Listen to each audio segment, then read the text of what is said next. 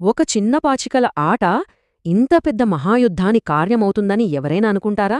ఆ కథేంటో ఇప్పుడు చూద్దాం. ఈ కథంతా మొదలైంది హస్తినాపుర సింహాసనం కోసం. ఒకే కుటుంబంలో మొదలైన గొడవతో. ఒకవైపు పాండవులు, మరోవైపు కౌరవులు, దాయాదులు కలిసే పెరిగారు. కానీ వాళ్లతో పాటే అసూయ కూడా పెరిగింది. ఆ అసూయకి నిలువెత్తు రూపం దుర్యోధనుడు. పాండవులను లక్క ఇంట్లో కాల్చేయాలని కూడా చూశాడు. కాని పాండవులు తప్పించుకుని ఇంద్రప్రస్థాన్ని కట్టారు.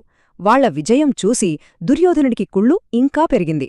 అందుకే మేనమామ శకునితో కలిసి ఒక ప్లాన్ వేశాడు. అదే ఆ మాయాజూదం.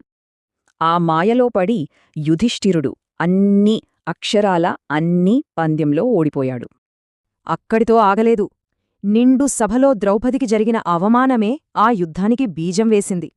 ఆ జూదం ఫలితం 12 ఏళ్లు అరణ్యవాసం, 1 సంవత్సరం అజ్ఞాతవాసం, మొత్తం 13 ఏళ్లు.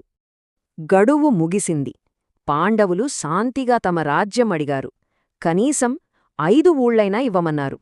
కాని దుర్యోధనుడి సమాధానం ఒక్కటే, సూదిమొనంత చోటు కూడా ఇవ్వను అన్నాడు.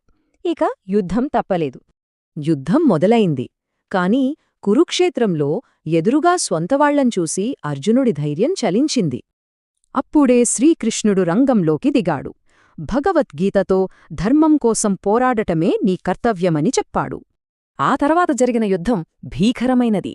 భీష్ముడు, ద్రోణుడు, కర్ణుడు ఎందరో మహాయోధులు నెలకొరిగారు. చివరికి పాండవులే గెలిచారు.